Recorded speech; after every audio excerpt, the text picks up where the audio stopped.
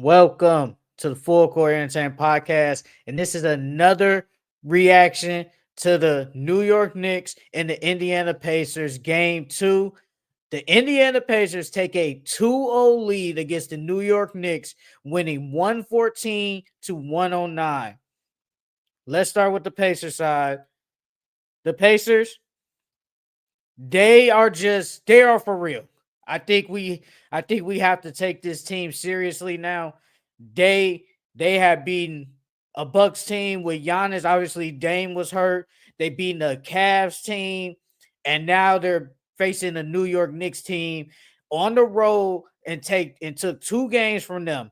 The Pacers are a really good team, man. And you got to give them credit. Pascal Siakam was the difference in this game. He started out the game with the first 11 points for the team. He was amazing tonight. He was 15 for 23 for 39 points. 39 points. Pascal was amazing. Tyrese Halliburton didn't have a good game, in my opinion. He really didn't have a good game. But like I say, all the time with him, he doesn't have to go off for this team to be effective. He can play make, assist, facilitate. He can do all of that. He doesn't need to always go off for 25. We would like him to be aggressive, but sometimes he just doesn't do that, and that's okay. He had 14 and 11 with 8 rebounds. That's pretty good, but he really didn't have an efficient game. Andrew Nimhart was okay. Miles Turner stepped it up big late in the second half. Aaron Neesmith didn't have an out of body game like he did in game one, but he played okay. And the bench comes in do their job. Obi Toppin came in with 4 points. TJ McConnell came on the bench with 10. Mathurin didn't do anything really, but Shepard, he had 6 points. He hit two threes. Bro, this Pacers team is conditioned, play at one of the fastest pace in the league, and the Knicks just can't do anything about it. The Knicks can't stop it. The Pacers are just, so far what we're looking at, the better team. They are just a better team right now, and they're taking advantage of everything. Again, the Knicks, they don't have a clear cut superstar, but they have a lot of players on this team that can just go off anytime they want. You're gonna have at least six guys on this team could get double digits, that could get double digit points. Like again, today, they had six people that scored double digits. They had six. And that's how the Pacers are. That's how the Pacers are. They're collective. They are a collective group. And they just got the W tonight. Uh they went 13 for 30 from the three, 43%. They shot 50% from the field again. This team is good, man. The defense, I think the defense played better than what it did yesterday. And you gotta give them credit on that. And the Pacers, they only had 10 turnovers and the Knicks had 12, but I just feel like the Pacers they're just the better team right now. And like I said, I picked them in 7. And so far it's looking like the Knicks just don't have an answer for them. And I don't know what Tom Thibodeau is gonna do. I really don't, but let's get into the Knicks side of this. Um the Knicks, I think the Knicks had a chance of probably winning this game. Honestly, they were up at one point by almost double digit points. They did go in a halftime lead about I think a couple of points, but Jalen Brunson had another good game. He had 36 points, 13 for 27, 5 for 12. Um, Mikal Bridges was 9 for 18 for 20 points. He really didn't play that good. OG Ananobi, he played okay. He had 16 points. Karl Anthony Towns, he had 20, but for some reason, Tom Thibodeau benched him. He wasn't giving you nothing on the defensive end and the offensive end. Like Cat had a great game in game one, but this game he really wasn't a Cat. And Tom Thibodeau benched him late, all the way up to like what 2 minutes left in the fourth quarter. And my thing is, I honestly don't agree with that because Cat is basically your second best offensive player, and you benched him for some apparent reason. And I feel like if Cat was in the game probably would have been closer, and Cat could have hit some big shots. He was named an all NBA player this year. So that's a top 15 player in the league. And you decide to bench him in a conference finals game where you guys are down 1-0 at home. I just don't get that. And I give credit to Mitchell Robinson. I think Mitchell Robinson played great. When he's in the game, he's active on the rebounds, his defensive presence. He brings all of that for the Knicks. And sometimes I'll be thinking, like, I get why Tom Thibodeau does keep him out there for a very long time. But at the end of the day, Cat is your second best player. And you have to play him. I don't care what it is.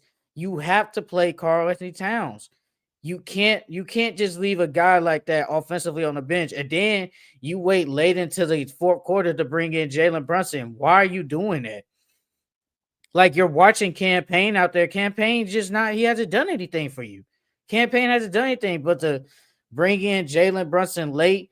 He just wasn't doing nothing. And Josh Hart, who is one of your key all around players, he only played 29 minutes. And it's not like he was in foul trouble. The same thing with Cat. They weren't in foul trouble, but Tom Thibodeau decided to keep them on the bench. I just don't get that. Like, there is in no world where, no offense, Mitchell Robinson should play more minutes than Cat. It shouldn't happen. That shouldn't happen.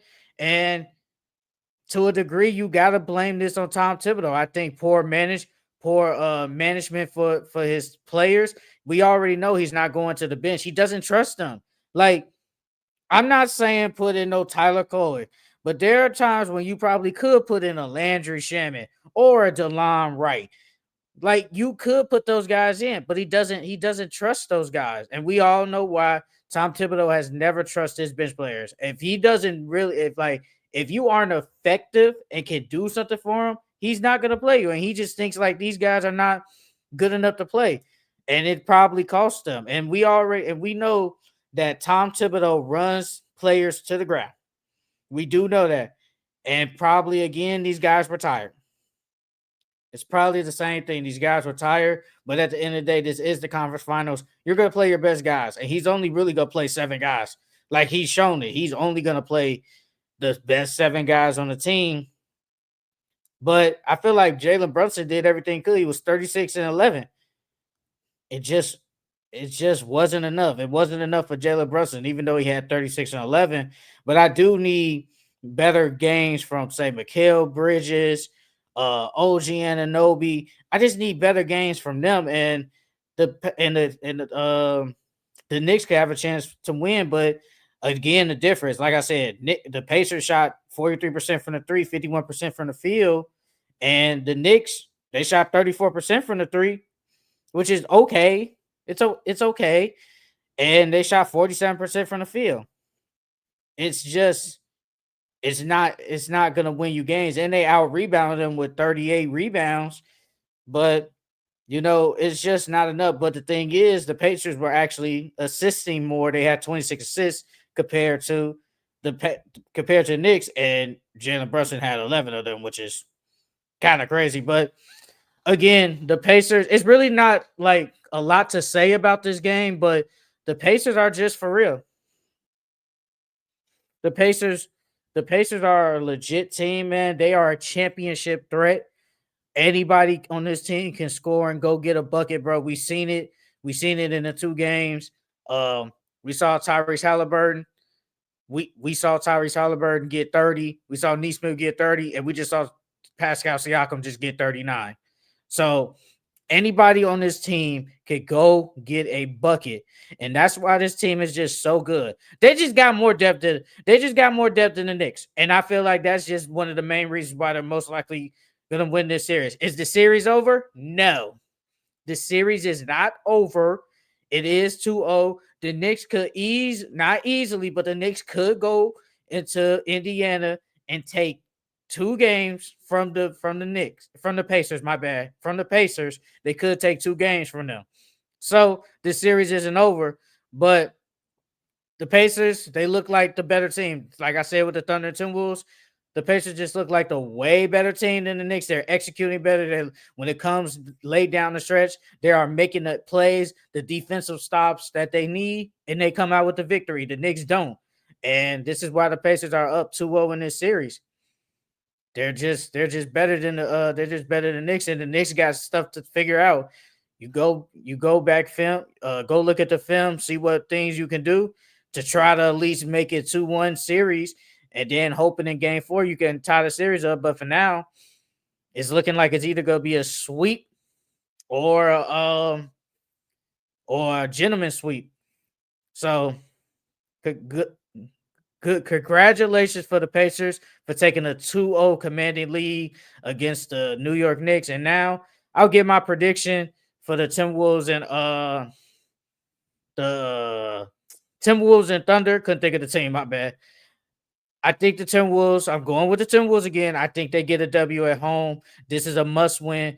The Timberwolves get a W at home. This is a must win game on the road. At home. This is a must win game at home. The crowd is on your side. I think the defense comes to play. I think everybody on that team, the offense is better. They start hitting their shots. They're hitting their threes. They're getting good shots. They're just not hitting them. And I think Anthony Edwards and Julius Randle both have good games to get a W, and they might be able to slow down the Thunder. If everybody on that team doesn't hit their shots, obviously Shay's gonna get his. But if Chet and J Dub don't play good, the Timberwolves could win. But the Timberwolves, they got a chance to get back in this series tomorrow and get a W. So I'm going with the Timberwolves. I think they make this a 2-1 series lead and get back in this series, man. They have the offense and the defense is good enough to keep them in this game and they could get a W. So I have the Timberwolves winning game 3. And that is it for this reaction of the Pacers beat the Knicks 114-109 to take a 2-0 series lead. I will see you guys next time. See y'all later, man.